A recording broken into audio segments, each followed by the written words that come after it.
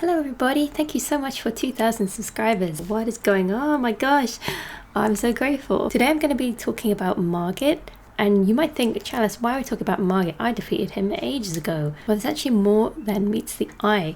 And Margit isn't exactly who he appears to be. So very light spoiler warning around Margit.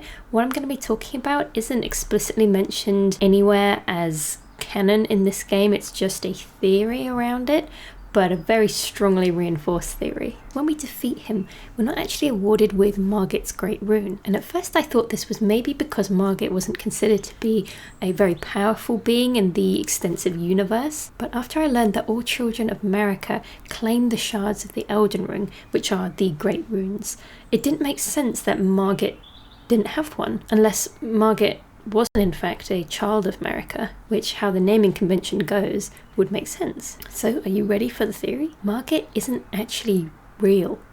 He doesn't exist. Margit is a false identity or disguise created by Morgot, who is a boss we fight later in the game. When we defeat Margit, he says, "I shall remember thee, tarnished." Cower in fear of the night.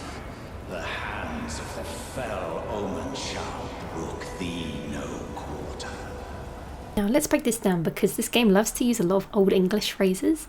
So brook thee no quarter means to not show any mercy. This is quite ominous and is actually foreshadowing, because we will meet Margit again, but this time we meet him in his true form, as Morgot. If you use Margit's Shackle, which is an item we can buy from patches to help us with this boss fight, it also works on Morgot as well. And you might say, well, okay, they technically are the same character model and they have a very similar moveset for their fight. Not only that, but if you so happen to skip Margit's fight, go and defeat Morgot, and then return to where Margit was originally, he won't be there, he's gone. There will just be a point of grace there instead. Because Morgot is defeated, he no longer can create this disguise. So here's some more information on who Morgot is and why he was doing this. So Morgot is an omen, and we see this in his name. He's called the Omen King. And Margit, by extension, is called the Fell Omen. An omen is a subtype. It's people who are born with this particular curse. And in this world, being an omen is not a good thing.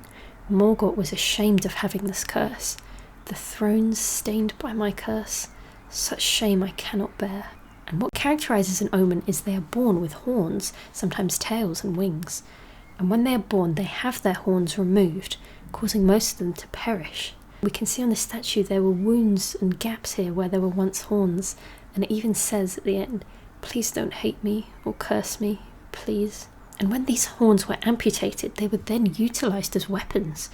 Weapons of slaughter wielded by the aptly named Omen Killers, designated individuals with the sole task of dispatching omens. But we can see Morgot actually has his horns, and this is because omen babies of royalty do not have their horns excised, but instead are kept underground, unbeknownst to anyone, imprisoned for eternity. And we also know another character who has horns and is also an omen, called Morgot, who I covered in another video of mine if you're interested. I also mispronounced his name for the entire time. Morg. And if all of this torment wasn't enough, Omenkin were also haunted by these evil spirits, according to this mask that is meant to mimic the faces of what they saw. When we talk to Gideon, he gives us some more information about Morgot, referring to him as the Veiled Monarch, which implies that Morgot doesn't show his face in fear of being hunted for being an omen. So those who lived in the lands between knew of his name, but they never saw his face. And Morgot was entitled to be the Lord of Leyndell, that the Omen King was born of the golden lineage, and that he was indeed the Lord of Leyndell. So Morgot would create Margit in order to hide his true identity, so that he could scout the outskirts of Leyndell and prevent any tarnished from getting too close. Too close to where Morgot is, which is the Erd Tree. Though born one of the graceless omen, Morgot took it upon himself to become the Erd Tree's protector. He loved not in return, for he was never loved, but nevertheless, love it he did. This was a selfless act. He didn't get anything in return for protecting the tree. He risked his whole life to defend the tree day and night. He had outcast himself from his family because of the shame he had for being born an omen.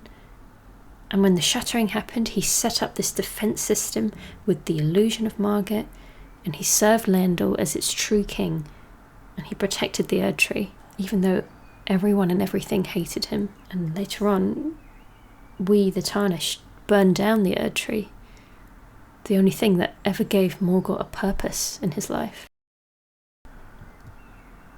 I actually think Morgot is a very good example of a boss who did no wrong, because Morgot is not an optional boss. We have to fight him in order to eventually get through to the Erd Tree.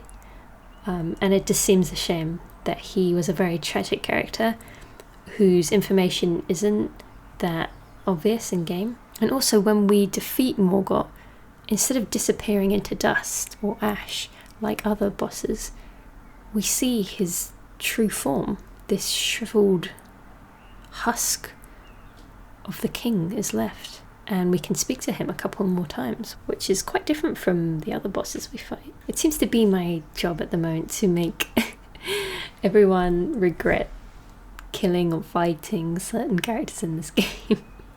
I really am enjoying uncovering more of the story behind these characters and the plot. As always, please leave me any recommendations of what you'd like me to cover. And just a big thank you once again. Thank you so much for watching my video. Bye bye.